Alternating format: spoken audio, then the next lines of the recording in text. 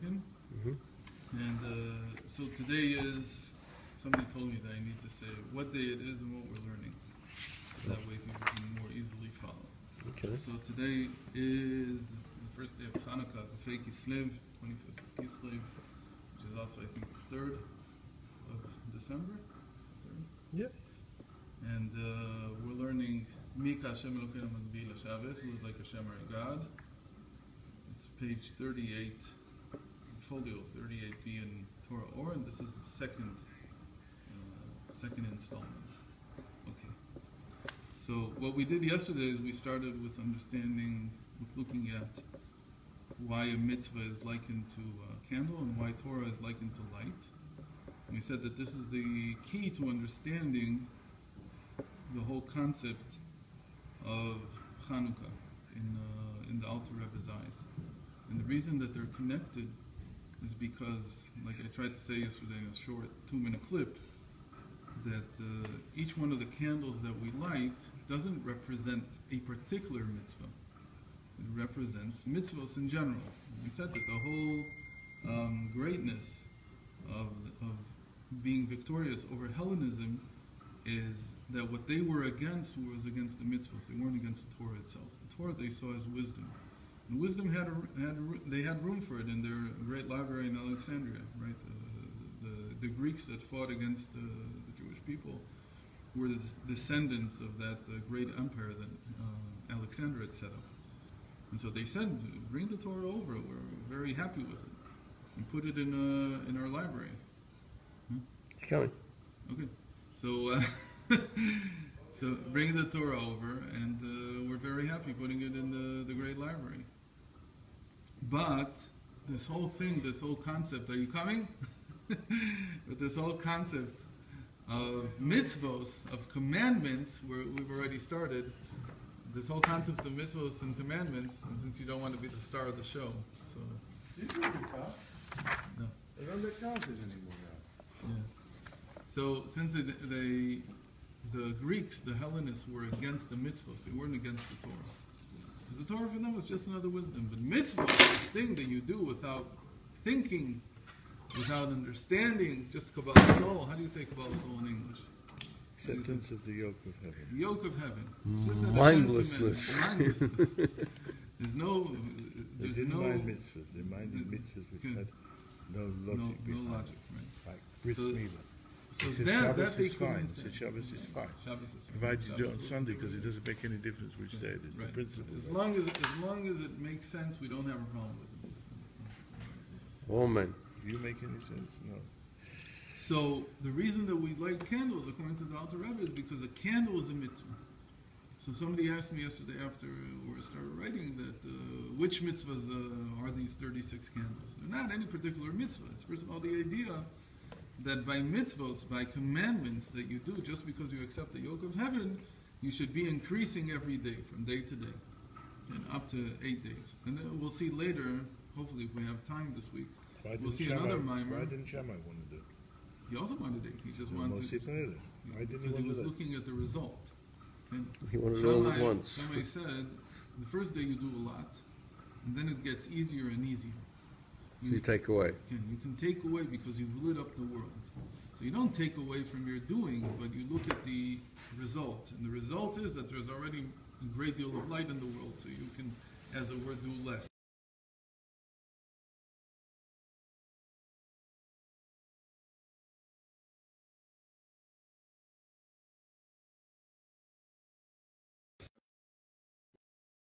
So that's the basic idea that that the Channukah candles represent mitzvahs. And it's not any particular mitzvah. We'll see later why the number 8, why not 7 days? Again, the famous question, about why is Hanukkah 8 days? If they found enough oil for 1 day, so there was only a miracle for 7 days. So there's been only 7 days. So we said it has to do with the fact that historically it was in making up for Sukkot, which is 8 days, 7 days plus Shmini Atzeres. And we'll see, God willing, if we have time this week, we'll see another mimer from the Alter Rebbe, at least part of it where he talks about the number 8 as being the representative of a makif, of something that's surrounding light. And the whole point of mitzvahs is surrounding light, meaning that you don't internalize their meaning. That's not the point behind a mitzvah. You can say a lot of things. You can say it represents this and it means this and so on and so forth. And every single mitzvah, you can say the shofar is this and it's that, and you can say the sukkah is this and it's that. But in the end, all the mitzvahs are just accepting the yoke of heaven. That Hashem said, do it like this and don't do it like that. Just accept it. Just accept it, okay? It's not just, it's the ego. Okay. So that's called surrounding light, because it cannot be integrated into the person's understanding. So we started by analyzing the parts of the candle. Again, because he's going to say, because he's saying here, the pasuk says, kiner mitzvah, that the mitzvah is likened to a candle. So we have to understand why it's likened to a candle. Because not every mitzvah is the same. You can't say that the mitzvahs are the same because they have the same constituents. They don't. Every mitzvah has different elements to it. Moreover, we also saw that the soul of man is called a candle, is likened to a candle. So this, of course, means that there must be a fit between them. They must be connected.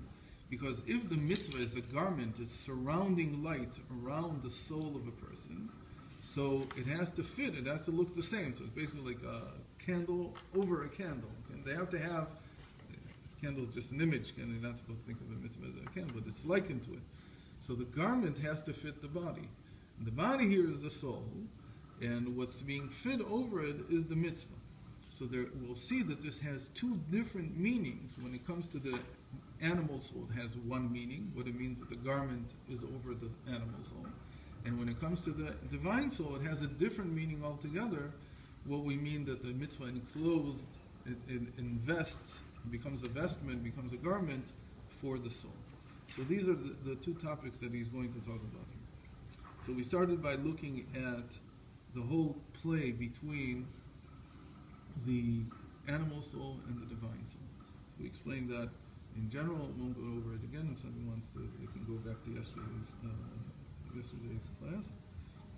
And now we come to Excuse me just one second. Yeah. Torah. We said, "Basechel hamuskal musag b'gashmut afi sechel enushi hu sheker v'hefech mamash b'chukmat elokut." So the wisdom, the understanding, the frame of mind that goes with the human mind, the human intellect, and the human intellect is what serves the animal soul. Okay? So this is the opposite. It's considered even false compared to the wisdom of divinity, the wisdom of the divine, which is what the Torah contains. And we said one of the main reasons for this is because the one is changing all the time. The human mindset, the human knowledge is constantly changing. That's science and our understanding of nature and even our understanding of ourselves. And the Torah is constantly eternal. It's always the same. So that's one of the reasons why they're direct contradiction one to another. Of course, it doesn't mean that you have to throw away the human mind. It just means that you have to use it with care, knowing that it'll change, and therefore when you say something, when you enclose an idea from Torah inside a parable from science or from nature, you have to be careful to make sure that people understand that you're only enclosing and you're not condoning the whole theory. You're just using it in order to explain what you want to explain from Torah. You're using it as a parable, you're using it as a metaphor. So,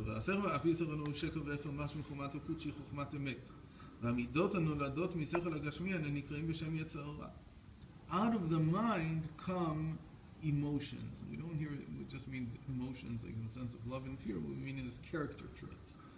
So the advanced person who is not, here we're talking about somebody who's learned. So he went to university, he reads a newspaper every day. His mind is full of words, but the words that his mind are full of are not the words of Torah. There's some words of human knowledge. So this also creates character. What's going on? It creates a type of character. Here, somewhere here. So it creates a certain type of character. So today in the Western world, there's this idea of equality, for instance. So you build character based on this concept. Where this concept came from? It came from learned people. They said and they thought and they thought and they said, the most important thing in the world is equality. Say that, very nice, it's very good. If it leads to the fact that America can have a black president, I told my son this Shabbos, what do you think, the brain is not white on the inside? All the brains are white on the inside, they all look the same. Doesn't matter what color the skin is. When you open up the brain, all the brains look exactly the same. So what is the whole thing with racism? Deciding somebody is smarter or less smart because, no, it's culture. If you take an Eskimo and you take him to Africa it's not a good example. The best example is Korea, South Korea, North Korea. Yeah, you've given this They're example. the same families, everybody's the same. So South Korea makes Samsung, and North Korea is like this backwater dictatorship. What's the difference? It's the same people, they're the same genes, everything is the same. What's different? The culture. The culture is one that fosters learning in the South, and it's one that doesn't foster anything in the North.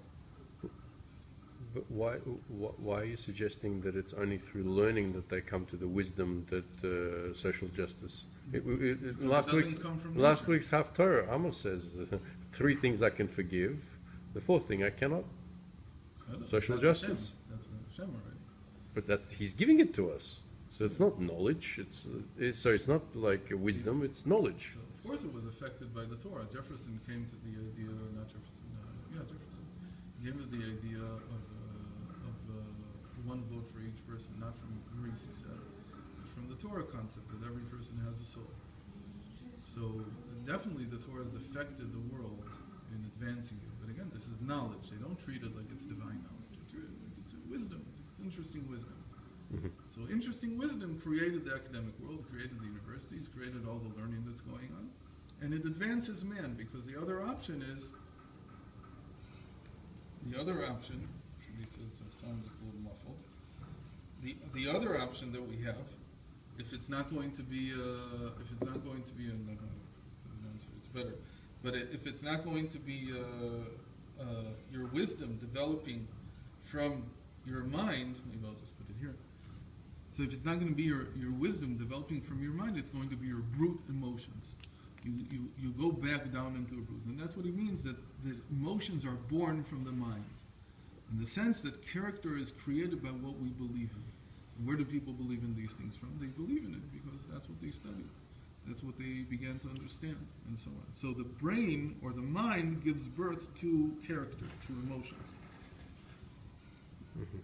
And then we say, you're not allowed to act in your emotions. You're not allowed to do so-and-so. You're not allowed to do this. You're not allowed to do that. Where do we get that from? All these laws, they all come from the mind, not just because somebody, and it's not Animal Farm. Animal Farm is like is the joke, like what happens when you cut down education.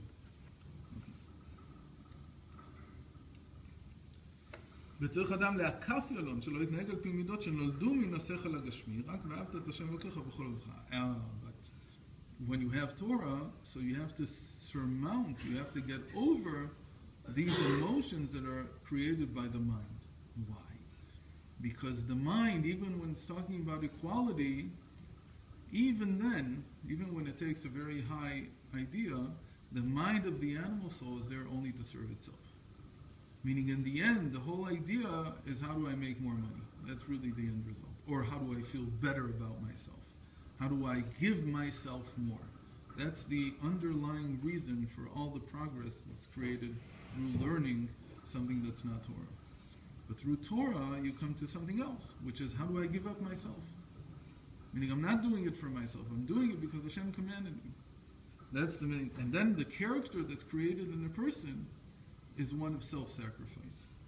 And again, self-sacrifice doesn't mean that you have to jump in front of a train.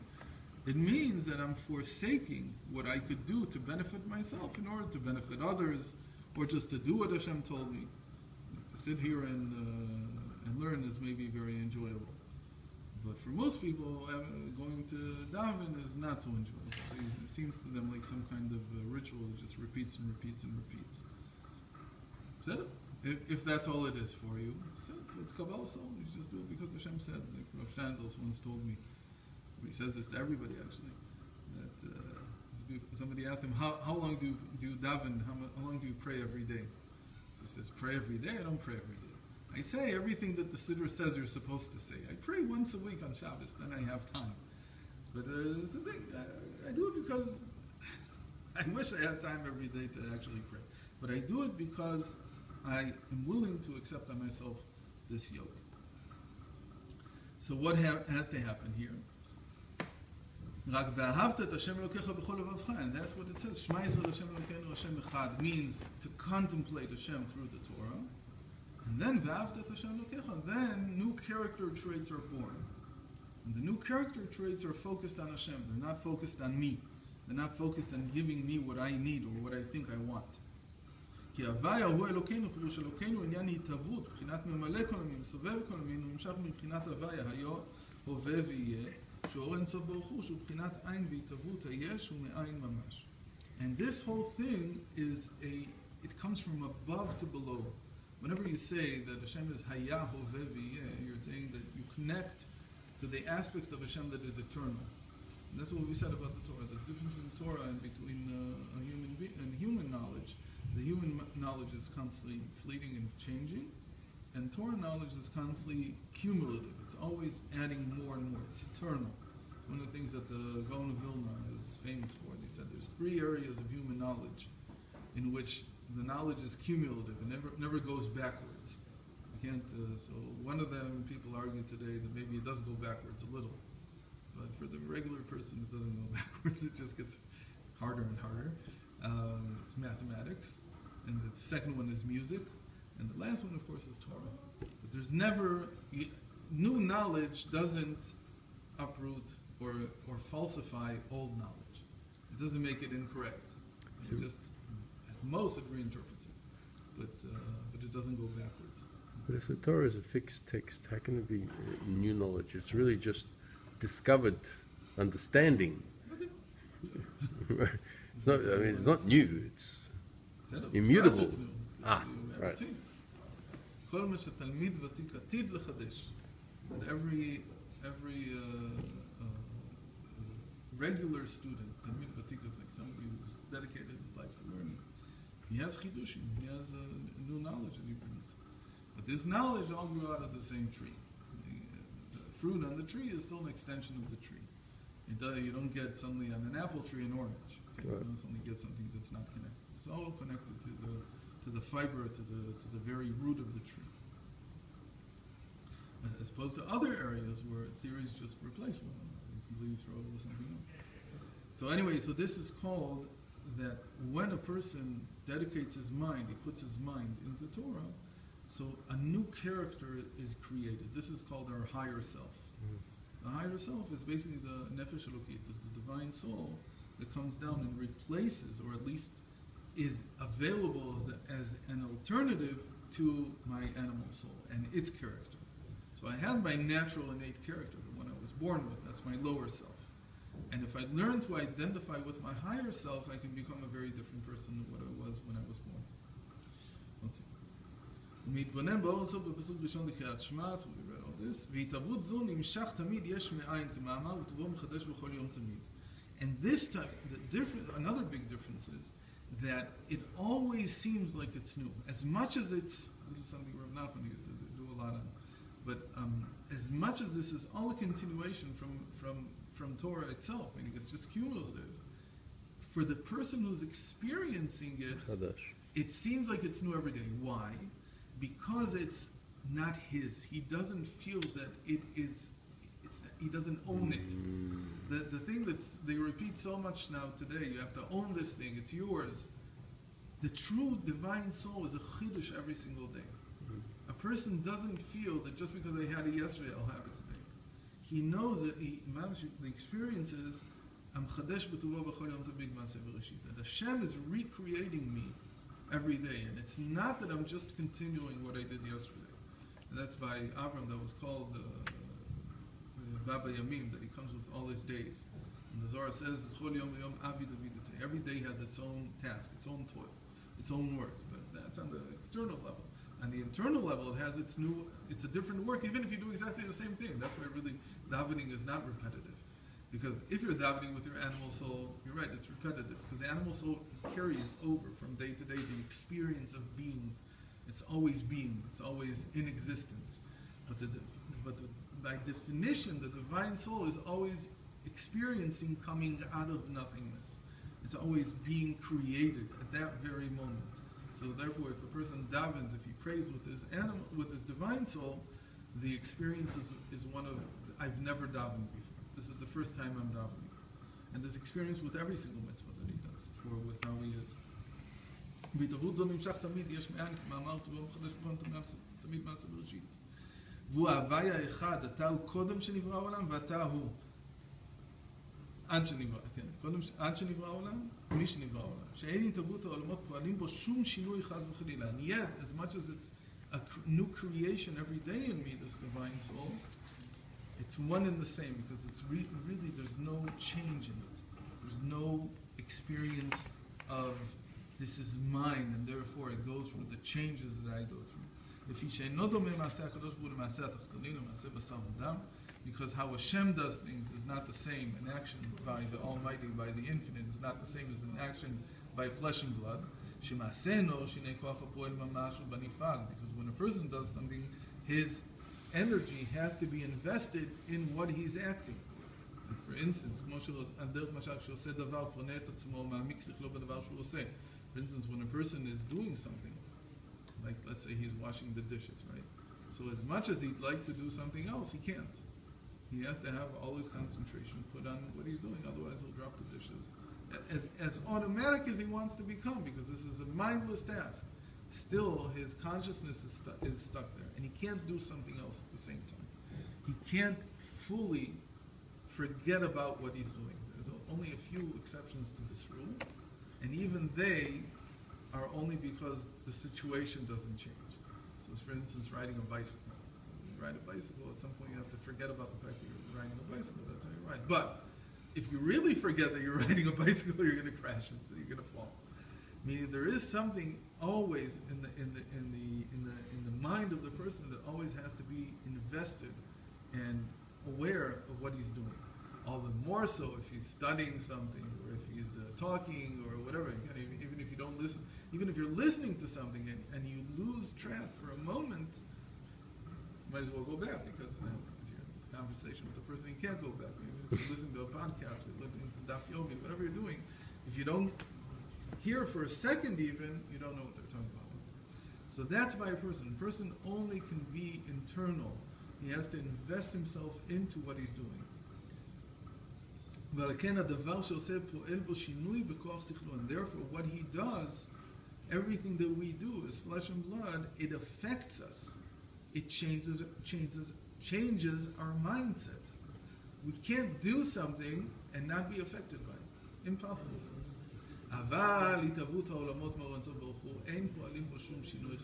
But when Hashem does something, he has real surrounding light, it's called. And when he creates something, he's not invested in it. He can be not invested in it, meaning it will not affect him. He's doing it, he's creating the world at every moment, and yet at the same time he's not invested in it. Meaning he doesn't experience a change because of what he's doing. And he's still one, he's still the same as when before he started creating the world.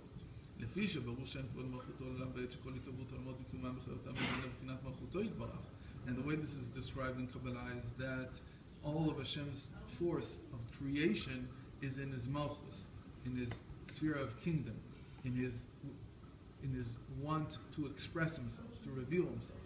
Because he wants to be a king over something. There's no king without a people, so he creates a reality, and he enlivens this reality, and he makes it exist. And yet, at the same time, this is always Malchus, just his lowest sphira, and he himself, the mind, the intellect, Chochmah Bina Dad of Hashem, as it were, is not invested in this act. And therefore, there's no change.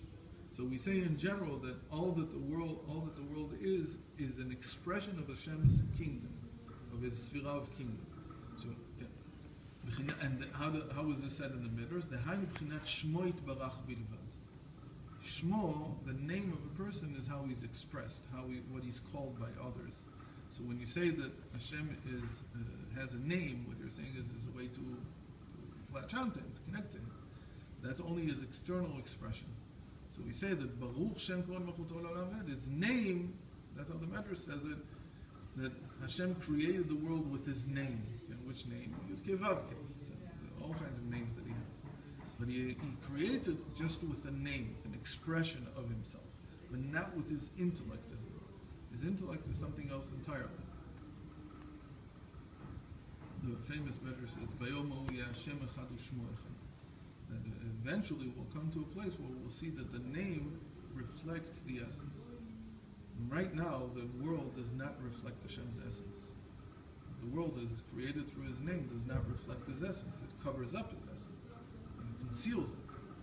In the future, his name will be one with his essence. And that's also why at that time Yerushalayim will not be called Yerushalayim anymore. What will it be called? It will be called Havaya is there, Havaya Shama. From Yechezkel, the very end of Yechezkel. The tzaddikim won't be called by their first name. What will they be called? They will be called Havaya also. Why? Because the name will reflect the essence. You will see the essence of the Almighty through these different expressions. V'shem shayach koach ha'poel v'shem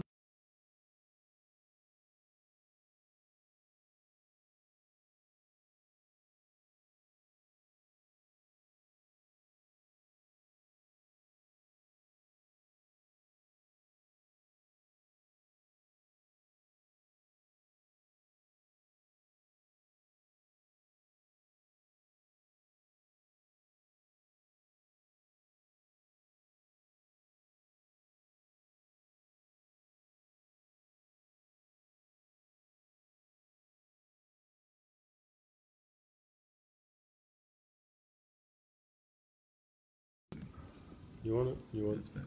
Huh?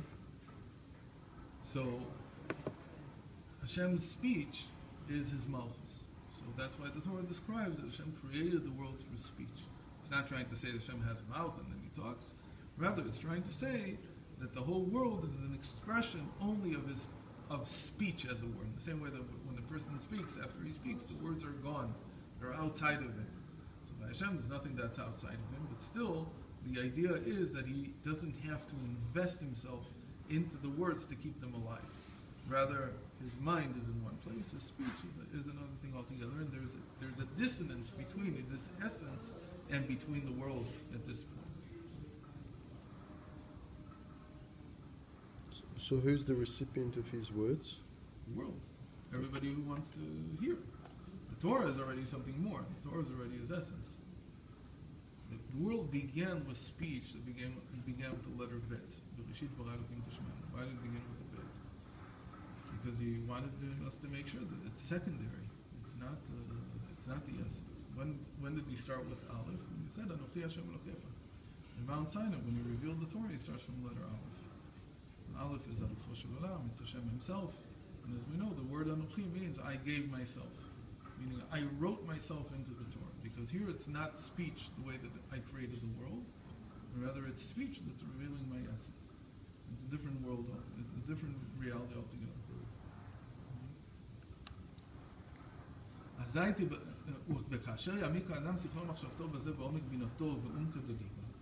So when a person meditates on this, and Shema Yisrael Hashem Elokeinu Hashem Echad, Baruch Shem Kod Malchuto L'Olam Ved. Shema Yisrael Hashem Elokeinu Hashem Echad means there's only Hashem. Baruch Shem Kod Malchuto L'Olam Ved says he created the world only through an external aspect of himself.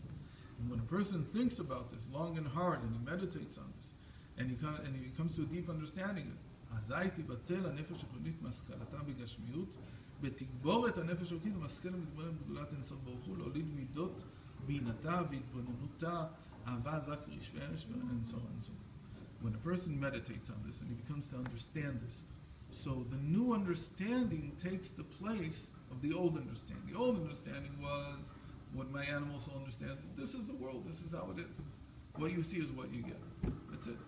What Avram understood, what somebody who meditates on Hashem's oneness, on his unity, on his uniqueness, understands is that the world is dissonant from Hashem. It doesn't reveal his essence. It's only, if you want, an exterior shell of what Hashem really is. And so therefore I cannot trust my animal soul to build my character. My animal soul tells me the only thing you need to do in the world, what you see is what you get. So there's only one thing that's important here, that's staying alive. Gashmi. Staying alive and keeping yourself alive and adding more and more, call it power to your life. Divine soul begins to understand, no, that the main thing in life is to connect to Hashem's essence. And even though I can't see it here, so where do I see it from? I see it from the Torah. And that's how I come to it. And then slowly, slowly, the character begins to change. And the person identifies more and more with his divine soul and its character traits, with his higher self, and less with his lower self. So this is really, what he's saying here in this one paragraph is all of Shala Yichud Ve'emunah in one paragraph. So the whole second part of Tanya in one paragraph. But his stress here is a little bit different. There he's talking about call it the ontology. Here he's talking about the psychology. Here he's talking about how understanding the world differently changes your character. And if you understand that the point of the world is to unravel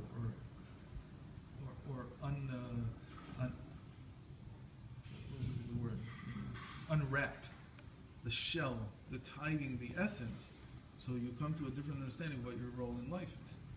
My role in life is always to find divinity in everything. Mm-hmm. And so this gives birth to new character traits, to new emotions. One of them is Ava Zakri Shveish. It's like love that's like fire. Why is it called like fire? Because we'll see that it consumes, this fire has to consume something. Remember, we started with analyzing the candle. And we said that if the fire Doesn't have a fuel. doesn't have fuel, it'll finish the wick in a matter of seconds. So now when a person, again, Shema Yisrael Hashem Elokeinu Hashem Echad, what's the main thing that you come out of understanding Hashem's oneness? Out of Shema Yisrael, Ve'ahavta et Hashem Elokecha, you come to love Hashem. What kind of love is this? So he says this is love like fire. There's many types of love. Why love like fire? Because it consumes you. Because what is it saying? It's love like fuel. No, it's love like fire. Either love is like water or like fire. It's like the elements. Uh-huh. Now, because it's love, why is it called love like fire? First of all, this explains in length in Tanya. Here it just sort of mentions and assumes you know it. It's love like fire because it consumes your regular life. Meaning, if until now I wanted to dedicate my life to becoming Steve Jobs, now suddenly I want to dedicate my life to become like the Lubavitcher Rebbe. Something changed. Why? Because I'm not here to make money. I'm not here to be popular. I'm not here to be famous. I'm here to lift things. I'm here to reveal the divinity in everything. So I can't do what the Lubavitcher Rebbe does, but that's my role model. That's like that everything that I do is to reveal more and more divinity in the world. And that's something else entirely. I'm not here for my personal gain. And there's no point, even if there wasn't Torah, I don't know how long we could keep this facade up. At some point before they pass away, everybody understands that it was, what are you leaving with? You're leaving with your tombstone. I don't know. What are you leaving with? Who cares? Who cares? You're left with the Torah and good deeds that you did. And even technological advances. Wow. Okay, so there's one person in the world who was able to build an iPhone. After 10, 15, 20 years, how long can you keep this thing going? Technology is going to change. In 5, 10, 20 years, we're not going to remember what an iPhone was. I don't think it's going to take that long, but however long it takes. Okay, so you had your 15 minutes of popularity, and then you have 15 more years that somebody remembers you, or that your actions made an impact. But when you, good deeds in Torah, they are everlasting. Because for me, the Rambam is so much more alive. Even though I use an iPhone every day, I can't do anything without it. But I can do less without the Rambam. Because this is just a tool. The Rambam is how I think. The Zohar is how I think. The Talmud is how I think. It defines me much more than any tool that I will ever use. So in that sense, for me, the Rambam, Rashbi, all the Rebbes, the Alter Rebbe that I'm learning now, he's sitting here with me. If it weren't for him, I wouldn't be able to do anything anymore. So he's my life. It's like he's alive right here, right now. There's no difference because all I'm saying is I'm saying what he wrote. So this is true greatness. And when you talk about good deeds, the person gives tzedakah and so on. So these things, maybe people don't remember, they don't remember his name, but the fact that he allowed one person to continue living and so on and so forth, it propagates throughout the generations. Yeah. A famous story that God only remembered saying on Dalit Shvat on his yard side of the Moshe Leib of Sasov. So, remember, just to show how much it propagates, how much good deeds propagate, how many good deeds can you, how much effect they have, and they actually they increase from generation to generation. Their effect increases from generation to generation. So in any case, you've got this love that's consuming like fire. That wants to cling to Hashem, but the price is that you give up the body in a certain sense, not the body but the animal soul. You give up the animal soul because this is consuming fire because it takes you out of the world, as it were, out of the world, regular world. It tears it up. Until a person feels like there were actually people who passed away from their incredible rapture. I don't know any other word. Their incredible connection to Hashem. The soul left the body. This word again, nichsefa, which is interesting. Here's nichsefa is like to yearn. It's like kesef. Kesef is the opposite of fire. Fire is gold. And kesef is like water. And kesef, silver, is like water. In any case, it still means the same thing because gam kalta nafshi nichsefa, I yearn, which is like water. And it's gam kalta. Kalta is to be finished. So I yearn so much that I finished myself. And I want nothing else in the world except for you, Hashem. My flesh and my heart are consumed with fire of love, of wanting to connect again to the world's essence and not to its external aspects.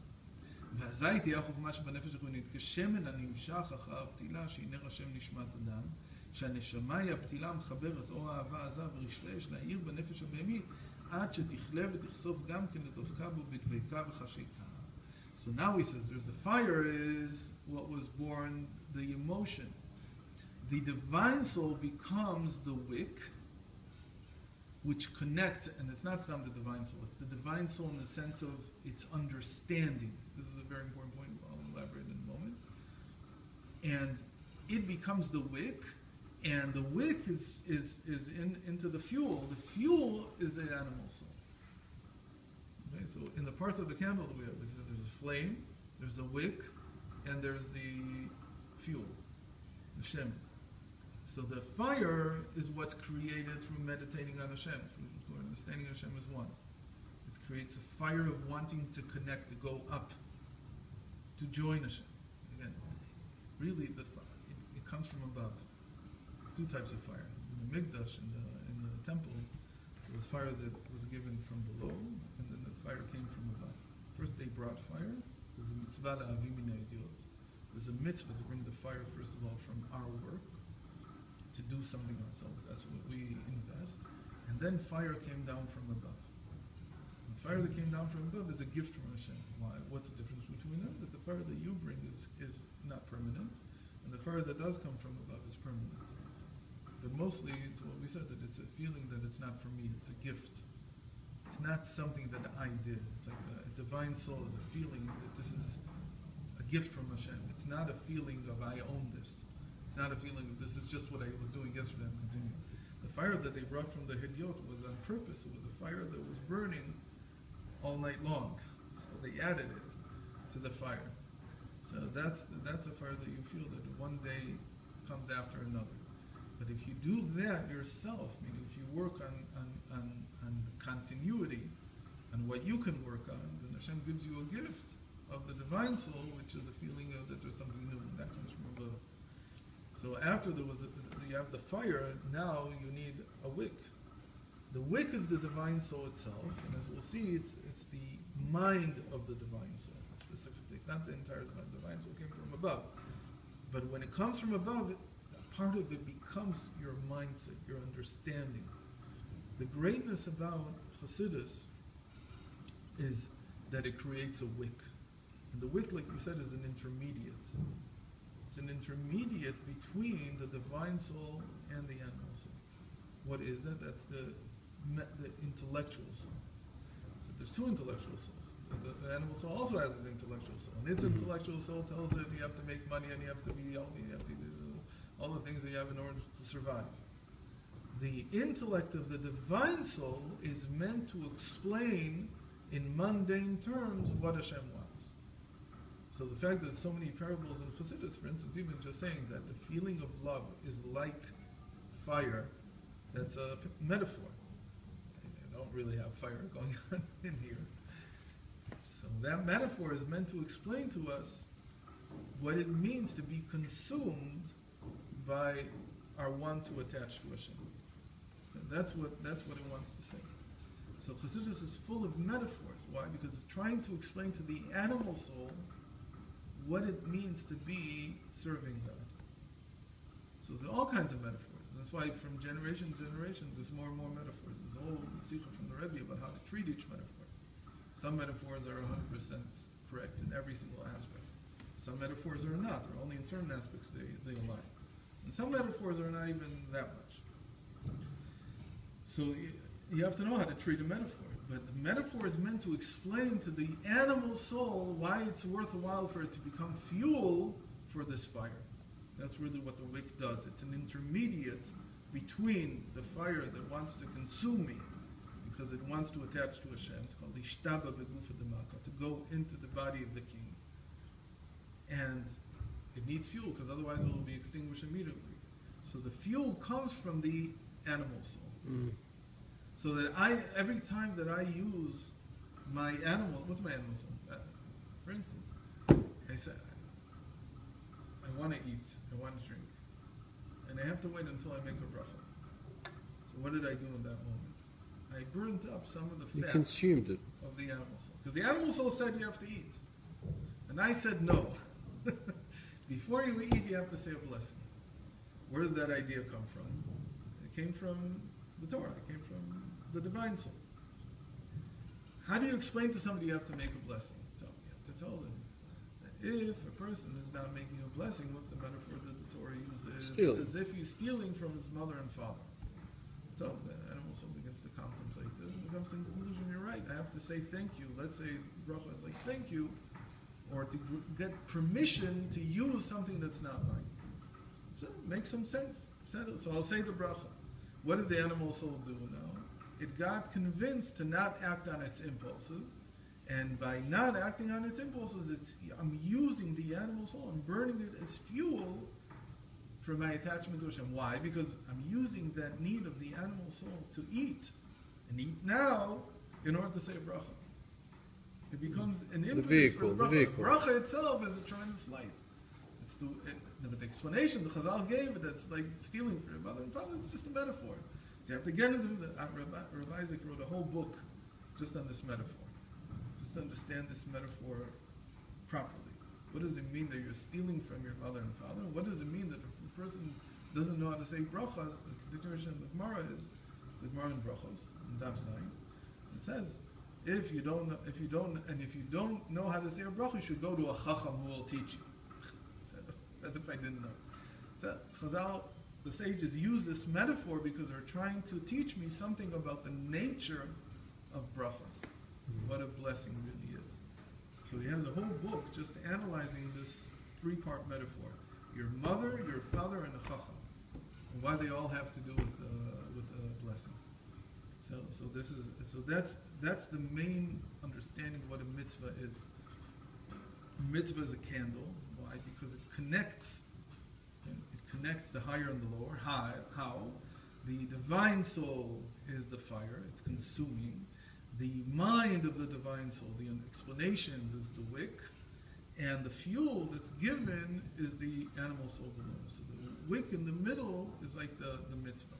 But the whole thing is like a mitzvah, connecting above and below. But the main thing is that from here we have a new understanding of what it means that the Tanya is called the book of intermediates. Because really, what does an intermediate do that somebody else can't? We're all intermediates. Halavai Beinoni, like the Tanya's Beinoni, but we're all intermediates because we're constantly connecting the divine soul with the animal soul. We're the ones who are stuck in the middle. But you have to understand, where are you stuck in the middle? In your mind. That's why the Friediger Rebbe he has a very important article called Chaviv Adam Shenivra B'Tzelem.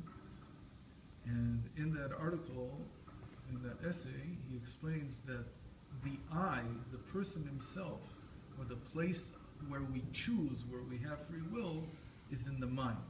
And he says specifically it's in the mind of the divine soul. Right? Because the divine soul constantly has to convince the animal soul. That's where the interaction is going on in order to decide, what am I going to do? Am I going to be self-serving, or am I going to serve the fire that consumes me to connect to Hashem? Which one am I going to serve? So the decision is always there. So the intermediate, that's why you have to learn time. You can't just tell somebody, look, you're an intermediate, you're in the middle. You have to learn what it means to be in the middle and what it means to connect. So every day of Channukah, what we're doing is we're celebrating the mitzvos as candles. To understand that what they're doing is that they're connecting us above. Each one of the mitzvahs is, that's why the Baal Shem Tov called the mitzvah, means to connect two things together. That I'm with Hashem. Or like the Alter Rebbe said, that from the time that the Baal Shem Tov came into the world, nobody's alone anymore. Hashem's not alone, and we're not alone, the Rebbe's not alone, the Chassidim are not alone, nobody's alone. Why? Because there's suddenly a connection.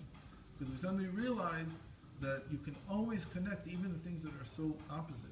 You can't even understand how to connect the divine with the mundane. He says, no, you can connect it. That's what a mitzvah does. A mitzvah connects the two. That's why a mitzvah is a candle. And specifically, inside the candle, it's the wick. It's the mind that travels between the divine concept of the mitzvah and the mundane concept of the mitzvah. Chassidus especially